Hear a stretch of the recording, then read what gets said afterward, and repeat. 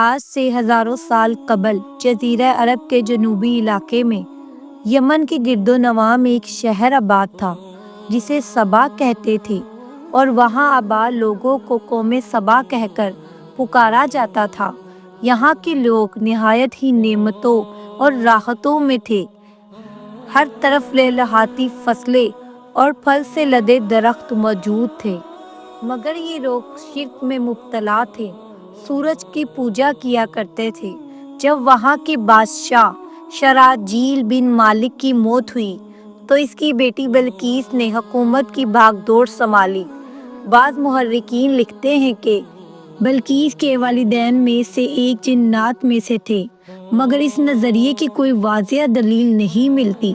ملکہ بلقیس ایک قابل عورت تھی جس نے یمن پر 9 سال نہایت ہی خوبصورتی سے حکومت کی، اور دنیا کے بیشتر علاقوں میں جو تجارت ہوتی تھی وہ سبائیوں کے ہاتھ میں تھی۔ یہ قوم نہایت ہی دولت مند تھی، مگر یہ وہ زمانہ تھا جب مشرق سے مغرب تک ایک عظیم بادشاہ کی طاقتور حکومت اور جاہ و جلال کا ڈنکا بجتا تھا، جسے تاریخ میں سلیمان ابن داؤد کے نام سے جانا جاتا ہے۔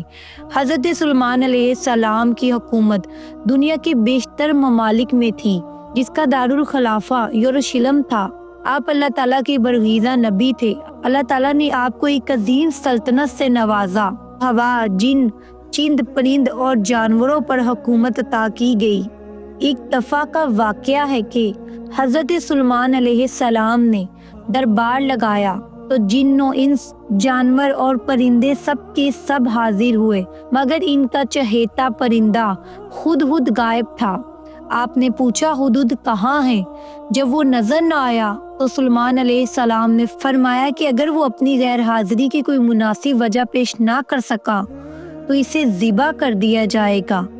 ابھی یہ گفتگو جاری ہی تھی کہ ہدہد حاضر ہوا۔ پوچھا گیا کہ تم کہاں تھے؟ ہدہد نے بڑے ہی احترام سے جواب دیا، اے اللہ کے پیغمبر، میں اڑتے اڑتے ایک ایسے ملک پہنچ گیا جہاں لوگ شرک میں مبتلا دیکھے۔ وہ آگ اور سورج کی پوجا کرتے ہیں۔ ان کی ایک رانی ہے جسے بلقیس کے نام سے پکارا جاتا ہے۔ وہ ایک بہت بڑے تخت پر بیٹھ کر حکومت کرتی ہے۔ اس کے تخت میں قیمتی ہیرے زیورات جڑے ہوئے ہیں۔ اس کے پاس تمام شاہی سامان آرائش و نمائش کے موجود ہیں۔ حضرت سلیمان علیہ السلام نے کہا، اگر تمہاری بات سچ ہے تو میرا خط اس ملکہ تک پہنچاؤ تاکہ وہ شرک سے باز آ جائے، اور خط پہنچنے کے بعد وہاں بیٹھ کر دیکھو کہ وہ کیا رد عمل اختیار کرتی ہے، پھر آ کر مجھے خبر دینا۔ حضرت سلیمان علیہ السلام نے خط روانہ کیا جو کچھ یوں تھا، اللہ کے نام سے جو بڑا مہربان اور نہایت رحم کرنے والا ہے۔ عزت والا خط سلیمان ابن داؤد کی جانب سے ملکہ سبا بلقیس کی طرف ہے۔ جو ہدایت کی پیروی کرے اس کے لیے سلامتی ہے۔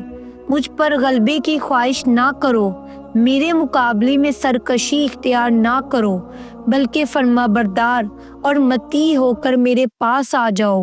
یہ خط دراصل ملکہ سبا اور اس کی قوم کی طرف اسلام کی دعوت تھی۔ ہدہد نے یہ خط لے جا کر ملکہ بلقیس کی گود میں گرا دیا۔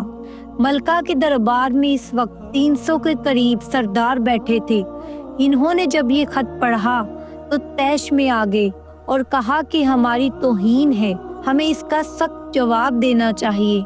مگر ملکہ بلقیس بہت سمجھدار خاتون تھی۔ اس نے انہیں سمجھایا کہ خط سے پتہ چل رہا ہے کہ کوئی عام شخص نہیں ہے، خدا کا کوئی پیغمبر ہے، لہٰذا ہمیں حکمت سے کام لینا چاہیے۔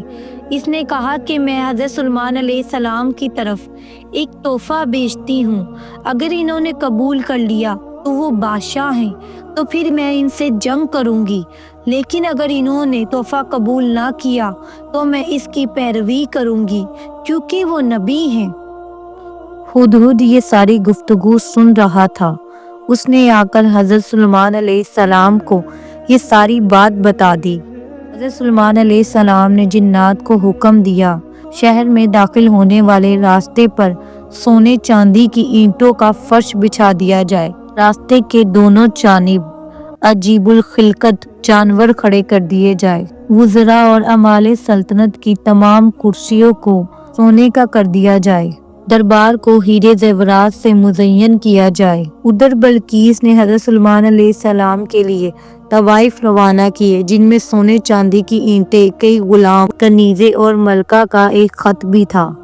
جب یہ تمام تحائف لے کر قاصد حضرت سلیمان علیہ السلام کی بارگاہ میں پہنچے تو بہت شرمندہ ہوئے۔ حضرت سلیمان علیہ السلام نے قاصد سے کہا کہ کیا تم لوگ مال سے میری مدد کرنا چاہتے ہو، مگر دیکھ لو کہ جو کچھ تم لائے ہو اللہ نے اس سے کئی زیادہ مجھے عطا فرمایا ہے، لہٰذا تم اپنے تحفے واپس لے جاؤ اور اپنی ملکہ سے کہنا کہ جنگ کے لیے ہمارا انتظار کرے۔ جب یہ خبر ملکہ بلقیس کو پہنچی تو وہ جان گئی کہ حضرت سلیمان علیہ السلام اللہ تعالیٰ کے نبی ہیں، لہٰذا اس نے تائب ہو کر اپنی اطاعت کا یقین دلوایا۔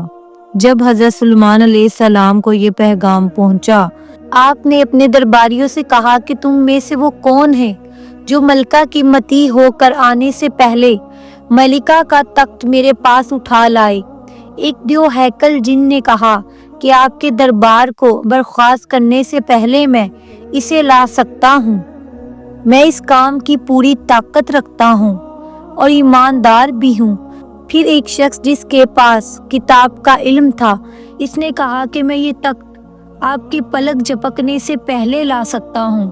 پھر حضرت سلیمان علیہ السلام نے اس تخت کو اپنے پاس رکھا ہوا دیکھا تو پکار اٹھے، یہ میرے پروردگار کا فضل ہے تاکہ وہ مجھے آزمائے، میں شکر ادا کرتا ہوں یا ناشکری، اور جو شکر کرتا ہے تو اس کا شکر اس کے اپنے ہی لیے مفید ہے، اگر کوئی ناشکری کرے تو میرا پروردگار بے نیاز ہے اور اپنی ذات میں بزرگ و برتر ہیں۔ مفسرین کے مطابق وہ شخص حضرت سلیمان علیہ السلام کا کوئی دوست تھا جس کا نام آصف ابن برخیہ بتایا جاتا ہے، اور بعض نے لکھا ہے کہ وہ آپ کا خالہ زاد بھائی تھا۔ کہا جاتا ہے کہ اس تخت کی لمبائی 80 ہاتھ، عرض 40 ہاتھ اور اونچائی 30 ہاتھ تھی۔ اس میں موتی، سرخ یاقوت سب جڑے ہوئے تھے۔ حضرت سلیمان علیہ السلام نے اس تخت میں رد و بدل کر دیا اور اسے پہلے سے بھی بہتر بنا دیا۔ جب ملکہ بلقیس حضرت سلیمان علیہ السلام کے دربار میں حاضر ہوئی تو آپ نے پوچھا، کیا تمہارا تخت بھی اسی طرح کا ہے؟ تو اس نے کہا، یہ تو گویا ہو بہو وہی ہے، اور ہمیں تو پہلے ہی معلوم ہو گیا تھا اور ہم فرما بردار ہو چکے تھے۔ بلقیس کے آنے سے پہلے حضرت سلیمان علیہ السلام نے عمارت بنانے کا حکم دیا جس کا فرش شیشے کا ہو اور نیچے پانی جاری ہو، پانی میں مچھلیاں اور دوسرے آبی جانور ہو۔ حضرت سلیمان علیہ السلام اس عمارت میں اپنی شاہی تخت پر جلوہ افروز تھے اور شیشے کے نیچے سے پانی اپنی پوری آب و تاب سے بہہ رہا تھا، جبکہ اس کے اوپر شیشہ نظر نہیں آتا تھا۔ بلقیس نے اس فرش کو دیکھا تو سمجھی کہ یہ پانی کا ایک حوض ہے، لہٰذا اپنی پنڈلیوں سے کپڑا اٹھا لیا۔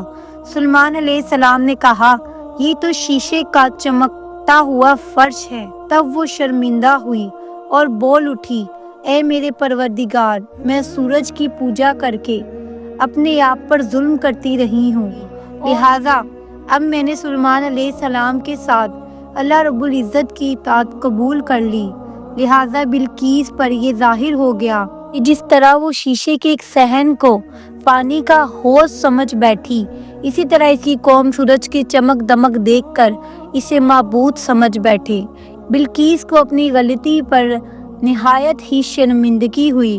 بعض محققین نے لکھا ہے کہ اس واقعے کے بعد ملکہ سبا مسلمان ہو گئی اور حضرت سلیمان علیہ السلام کے نکاح میں آ گئی، جبکہ بعض نے لکھا ہے کہ آپ نے بلقیس کو یمن واپس بھیج دیا اور اس کے لیے وہاں 3 بڑے محل تعمیر کروائے۔ رب العزت سے دعا ہے کہ وہ ہم سب پر اپنا لطف و کرم بنائے رکھے اور ہمیں قلب سلیم عطا فرمائے، آمین۔